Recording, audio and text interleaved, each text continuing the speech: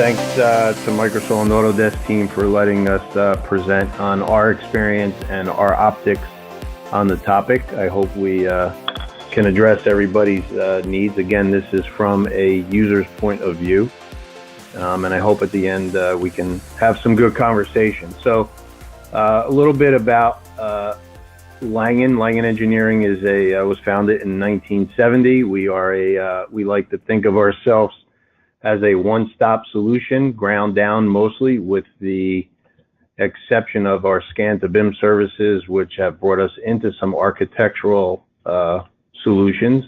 So our services include site civil, geotech, environmental, surveying, GIS, traffic, landscape architecture, natural resources, sustainable design, and of course, 3D scanning and BIM support.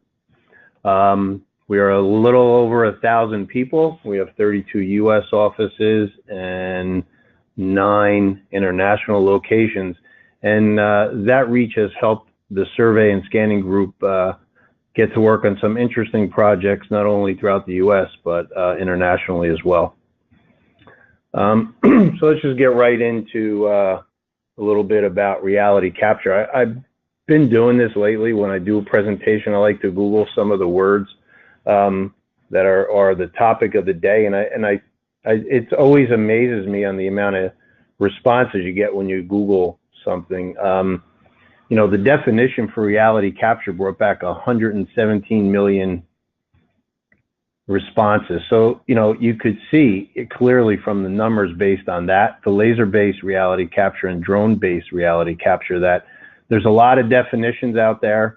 You can see that the drone-based reality capture doubles what laser scanning based reality capture comes when you ping that. And I think that shows the wide range of uses of the technology, of the understanding of the technology and where it is going as a whole. But you know, there's a lot of different forms of reality capture, and it goes all the way from using existing plans to scanning to LiDAR and photogrammetry. And to us, all of this is some sort of reality capture. And each one of these tools has their own place in that process. And from our optics, we see them each fulfilling a specific role. So why reality capture? You know, as surveyors, we spend a lot of our time mapping existing structures that and features that somebody else probably already mapped years ago or designed years ago. But reality capture in the 3D environment has really changed some of that. So why do we do it, right? There's definitely available data on a lot of features and structures out there, both new and old, but sometimes that data is questionable. There's most certainly a lack of as-built information out there, and not only the lack of it, but when you get as-built information, it is somewhat questionable and suspect as to what does that as-built data mean. Was it really a location, or was it really somebody just marking that they changed an 8-inch pipe to a 6-inch pipe? The original design plans sometimes are tossed. I think the changes in the design process, you know, as we as we evolved from Mylar and CAD in the Leroy days, to CAD and then to BIM, and now whatever next, definitely necessitates the reason for modern day reality capture. So just a couple of questions. You know, when you're starting a reality capture project, if that's what we're terming it, we need to talk about the who, the what, the when, and the why. And we always think about starting with the end in mind, and that end in mind is not always obvious to the person who's starting the project and starting on the end of actually doing the work. Or that end in mind may not be the person you have contracted with. The downstream use of that data necessitates what and how that reality capture project will move forward. Are there any standards? What are the costs of doing this reality capture endeavor? What challenges will you face or encounter during that project?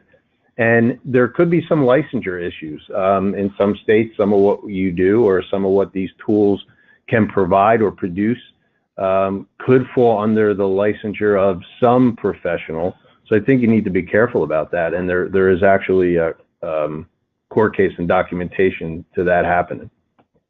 So why are surveyors talking about reality capture? I pulled this off of a website. Data is like garbage. You better know what you're going to do with it before you collect it. I don't know if Mark Twain really said that, but the Internet of Things says he said that. So reality capture is all about measurement and how we measure the feature or the element that we're trying to represent in reality. You know, surveying's been around a real long time. It evolved throughout the years.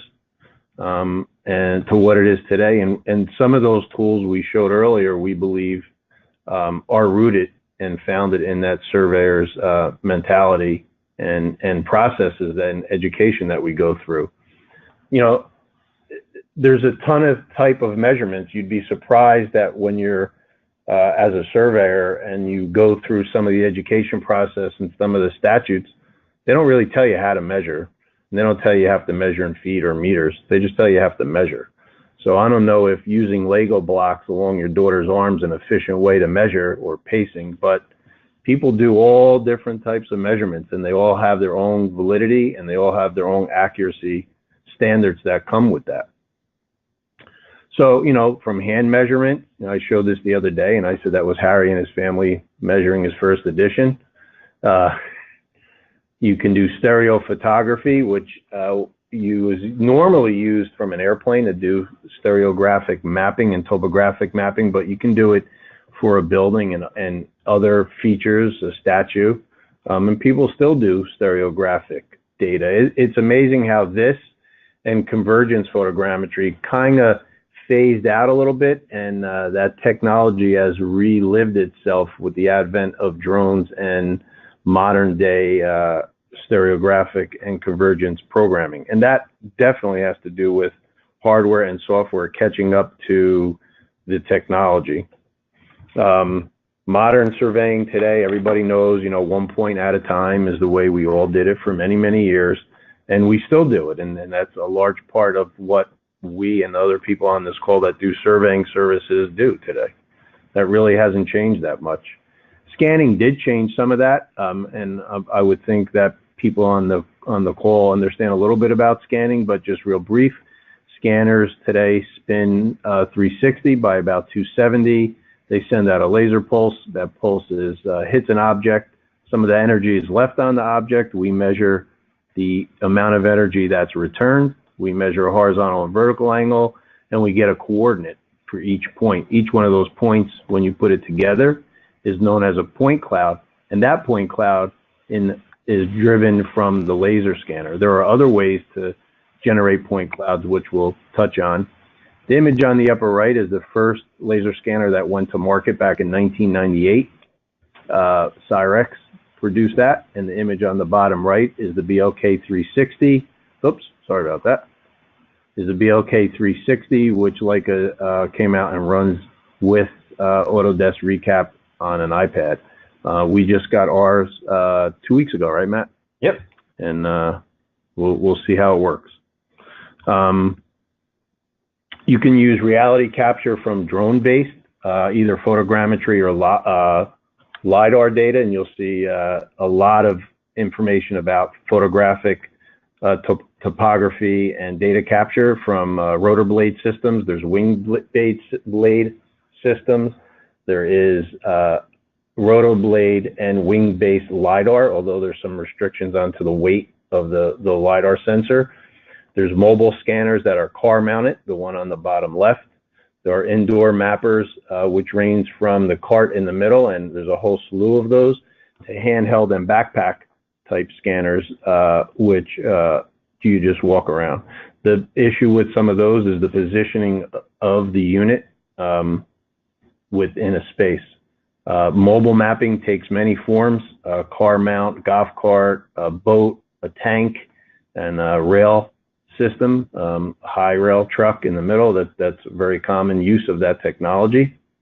It allows us to drive at 60 miles an hour or so and collect data at about 2 million points a second.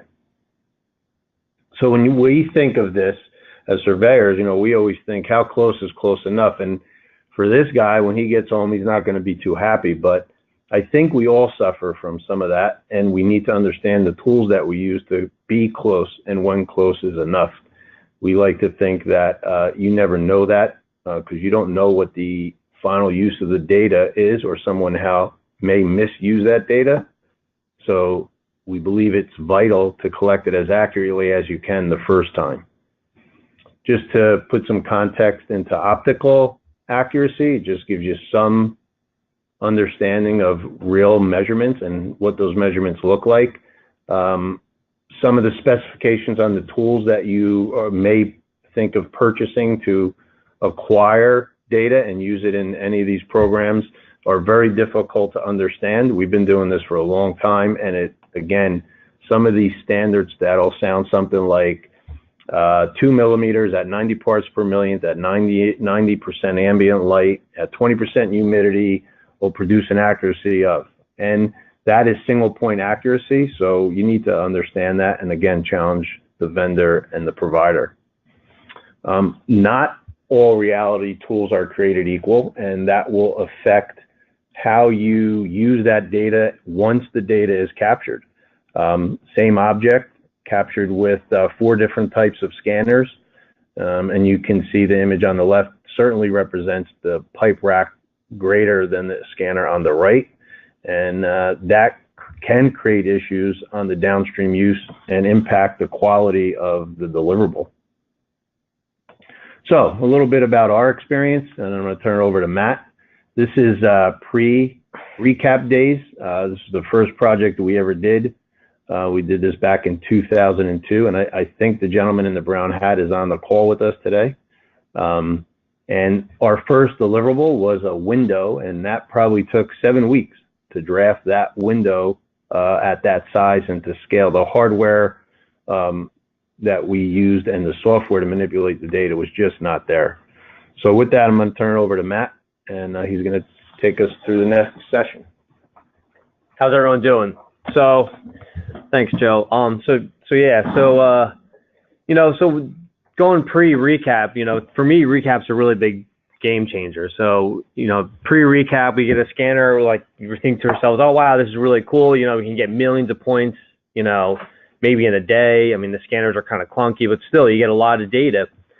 But one of the biggest issues we always had was, what do we do with that data and how do we work with it? Now, Joe said that this took 7 weeks to work. Most of that time was wasted sitting waiting for AutoCAD to open up. So, here's another good example of, the data. So when you used to bring in point clouds, this is an AutoCAD deliverable. This was a point cloud data.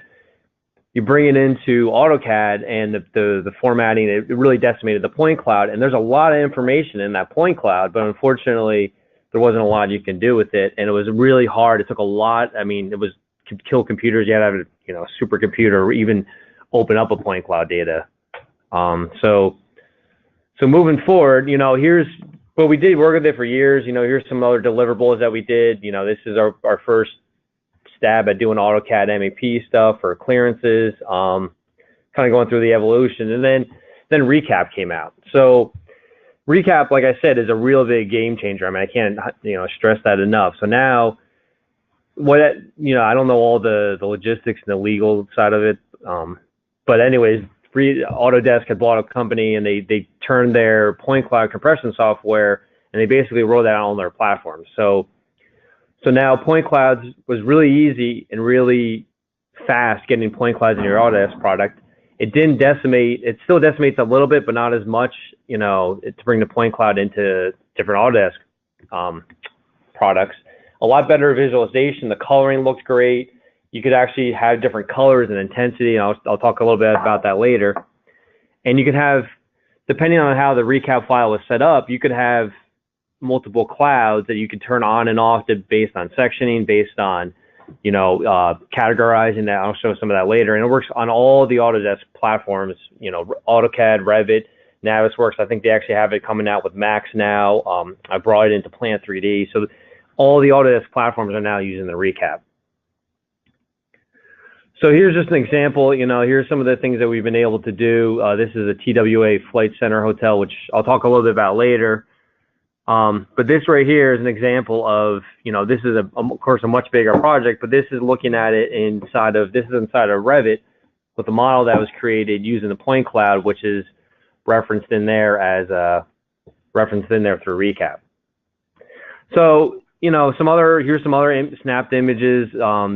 This is, some high definition point cloud data. Now this is shown also to the photos. It was really important in this building, which was kind of interesting. It's a historic preservation project.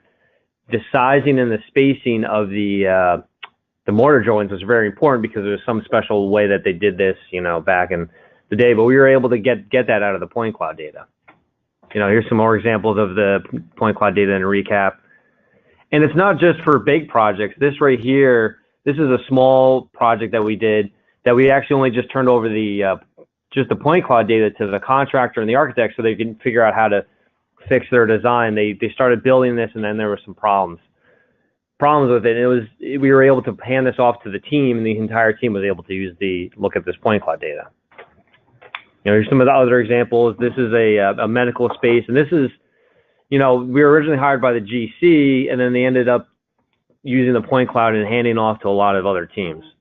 So just for example, everyone always asks, what does the point cloud look like and how do you actually model? Can you actually model off the point cloud? And unfortunately, recap is not actually a model when you bring it in. So here's just a quick video that we took. This isn't sped up or anything, but one of our modelers modeling a pipe using Revit Revit with recap sitting on top of it. So it's still a very manual process. And all right, sorry, I thought the video froze up.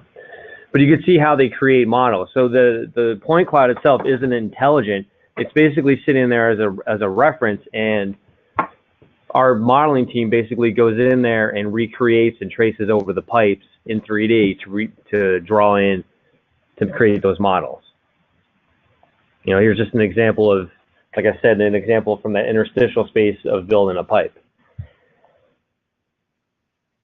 So, if you think about it, and it's basically reverse engineering, we ended up creating an existing conditions model based on this. And you can see in here too, sorry, I forgot about this. You could also change the way the point cloud looks. So here, originally that was a colored snapshot. Now we're looking at intensity values, which is just another way the point clouds obtain the data. So at the end of this project, which took about 2 months for 6 people to model, we end up with a really nice looking rendered 3D model. And you got to remember that all of those objects that are in there are dimensionally accurate within an 1/8 to 1/4 inch of where it actually was. So this was actually handed off, and as well as the point cloud, because we didn't model everything, including the hangars, but that was important to some other team members. So we were able to go in there and find out what the hangars were. And this is right inside of Navisworks, looking at the point cloud, so you can see how the point cloud works. And this wasn't done on any fancy computer, but it just kind of gives a good example of how this all comes together.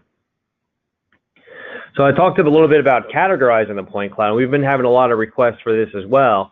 And one of the great things that came with recap is the ability to classify, almost layer certain areas of point cloud data. So this is another mechanical space and mechanical room. And the designers here only cared about this one intake pipe. So we were able to go through, section out off that piece, and essentially relayer it. They called it, sections, but we were able to go through and relayer that, and therefore hand that off to the engineer, who was then able to isolate that point cloud run and examine and inspect that one point cloud run and do some modeling just based on that point cloud run. Hey, Matt, I think one of the changes that I've seen for the ability of recap, it allows the whole team to view the same data. It also allows modeling on demand. And while in the beginning, a lot of our deliverables were model-based, I think as recap evolves and as the power of the hardware evolves, people are, or as a matter of fact, we see it today, people are asking more and more for clean, accurate point clouds because they want to model only what they need to model, and they can interact with the cloud on a more efficient level than ever before. And I think that's that really goes back to what we as a firm believe with capture the data once, capture it as accurately as you can, and hand it off to the end users in an environment that they can work with. A lot of times we spent a lot of time and effort modeling things that were only going to be demolished. Yeah. And then there's also a lot of, you don't know what the data is going to be used for. You don't know who's going to need it until after you have it. So that's another, good point, where a lot of times an architect will hire us to go out there, and then before you know it, like the interior designer or the MEP firm, they want to look at the cloud data too, because they have a question about, where the switches are, and they can go in the point cloud and find it. So I know I just gave a few, really crazy mechanical room examples, but we also do, this reality capture is great on building projects, small and large. This happens to be a pretty large project that we did, but it was over 2.5 million square feet that we had scanned, interior and exterior, as a part of a repositioning project. And, with the point cloud data, handing that off to the team, they were able to use that to create the models. They were able to, all the different vendors were using different point cloud data to look for different items. There was the networking firms, there's the MEP companies, the structural engineer. Everybody was able to use this point cloud data and work on their specific parts. And it was a really good, success story in a really large project.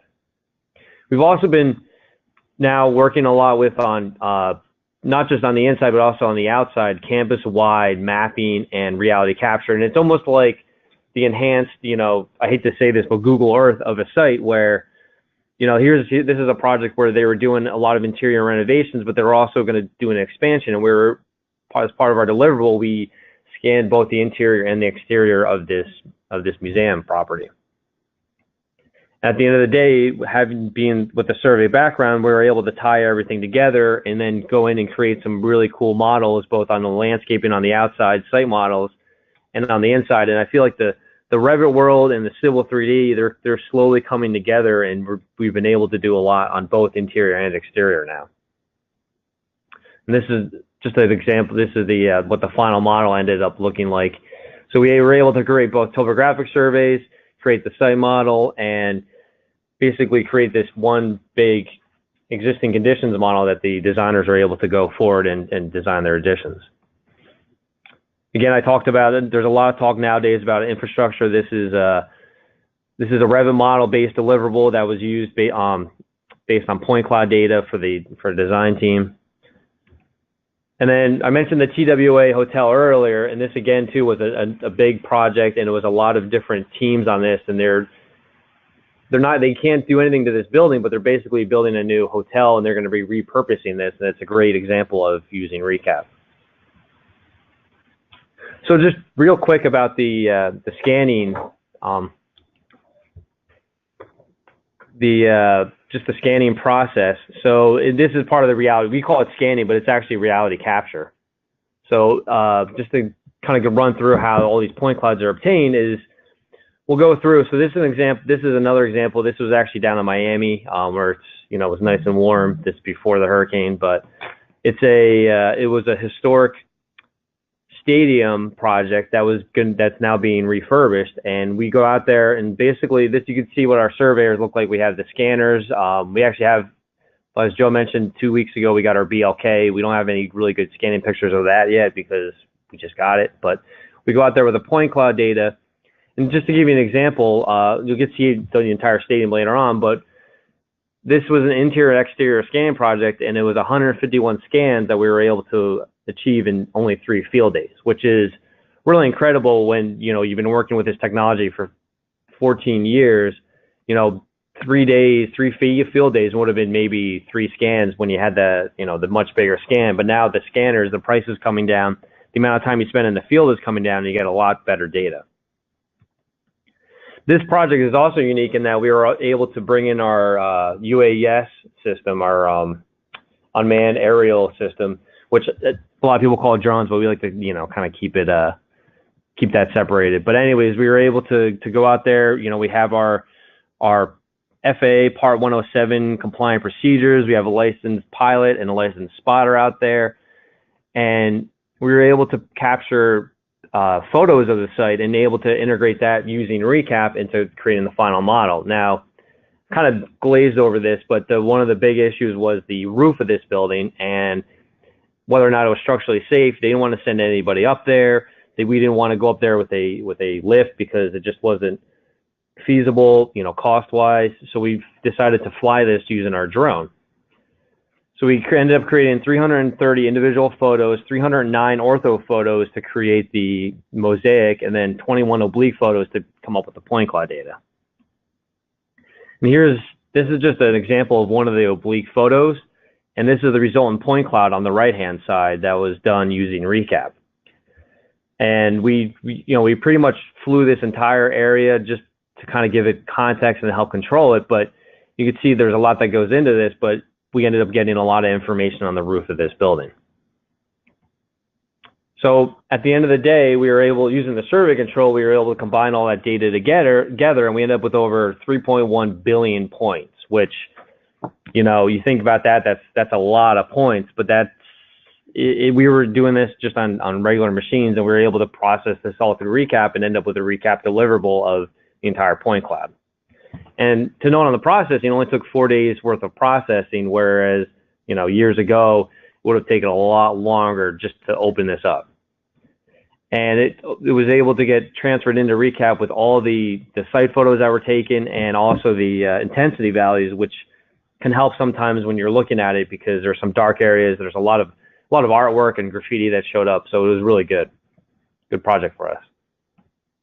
Here's a quick just fly through of the video. This is again using recap, and you can see how quickly and smoothly you're able to pan through and look at the point cloud data.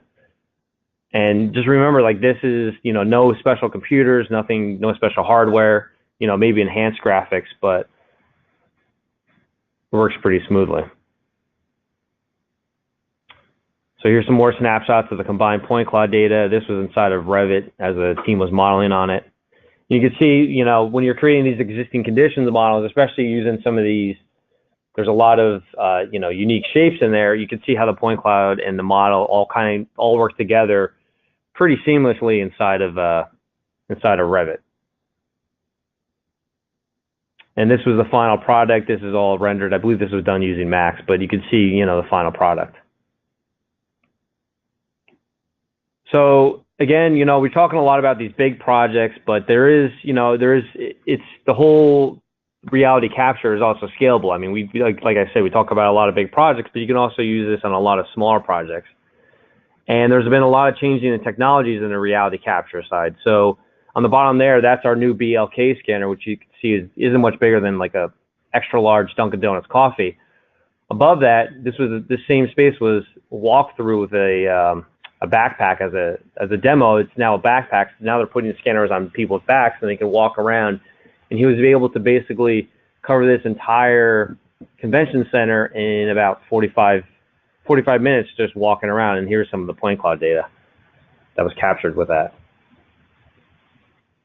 And here's, again, so then as we usually do now, we brought this into recap, and you can see like the amount of detail you can get even just for a small room, which is really great, especially if you're working on a small apartment and you have to get some information. You could always come back to it and get whatever information you need later on. If you have a question, you don't have to walk back out to the site and get into the building. You have all that data with you at your hands in your computer. So here's just example of the model that was created from that small room. And now I'm going to turn it back over to Joe, so he can talk a little bit about standards. Thanks, Matt. Let me go back to the image a second ago, and this was actually done live at the last year's AIA. We had a class where we scanned the space and we taught them how to model inside of Revit, and the class went pretty well. Actually, I think it went really well, and it showed how the scanners, again, are not all created equal, and you have to pay attention to that when you go through the process of going from point cloud to Revit. And that's why it's a very simple model, but it allowed the students and the architects in the room to see how we do it in the real world. So a little bit about standards. They're a moving target.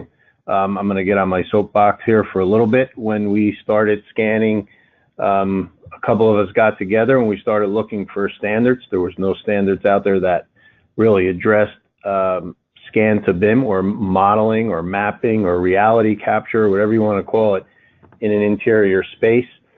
We looked a little to the BIM form. For those of you who don't know, the BIM form standards mimic the AIA level of detail, and they're quite a set of specifications when it comes to the design features, and they're very graphical. However, all of these standards speak to a proposed development.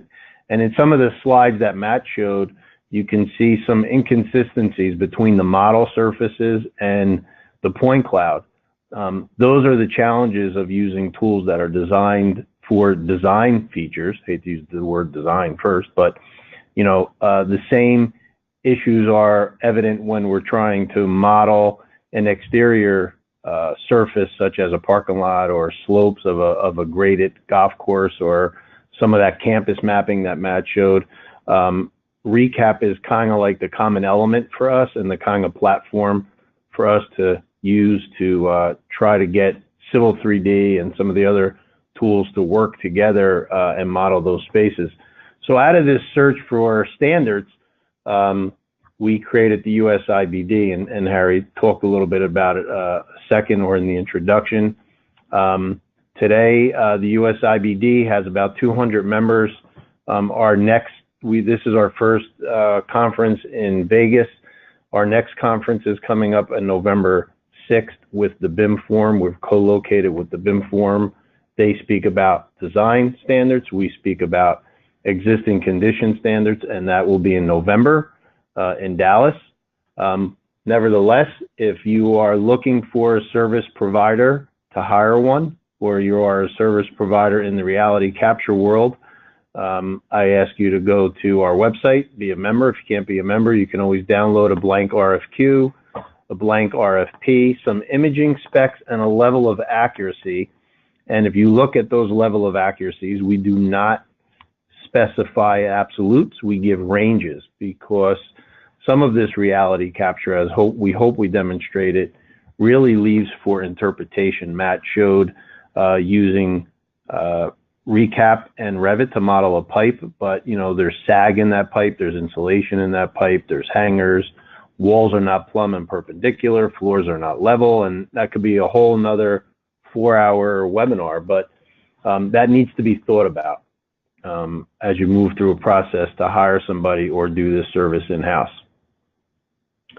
So we're kind of coming to the end of our little presentation here on what we do at Langan, and I always try to talk about there's a wow factor to this. All of us go to conferences and conventions and watch webinars, and there's a wow factor to this that just simply, since the day we started scanning, really blows people's minds. We can really capture a lot of data. It can look accurate. It may not be accurate. It can be accurate and not and look accurate. So that really has to go to your ability to define the intent of the product. We all talked about, Matt and I talked about the downstream use of that data. You don't know what it is until it's too late often. I can speak about a few court cases where some of the data was overused for not its intended use, and somebody was held liable for that. You got to really become knowledgeable in these tools. Again, these tools range from $20,000 to $150,000 to $200,000 to close to $1 million. They all do different things. They all do them at different levels of accuracy. And, just because it's in the computer to 20 decimal places doesn't make it accurate. I think more and more as technology evolves through my career, I've always challenged the providers and the vendors. I think that's important. And if they're reputable, they will encourage that. Just because they say something can do it, I think it's our jobs as professionals and as clients of theirs to challenge them. And last, I think, leverage standards. If there's standards out there to be had, it helps you control the intent. It helps you control some of the downstream use. And it should help you provide a better product or receive a better product in reality capture.